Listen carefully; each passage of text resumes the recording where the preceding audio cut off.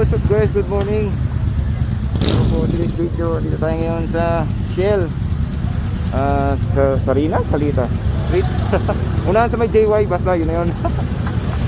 So meron tayong mga kasabayan dito guys, yung mga big bike yan.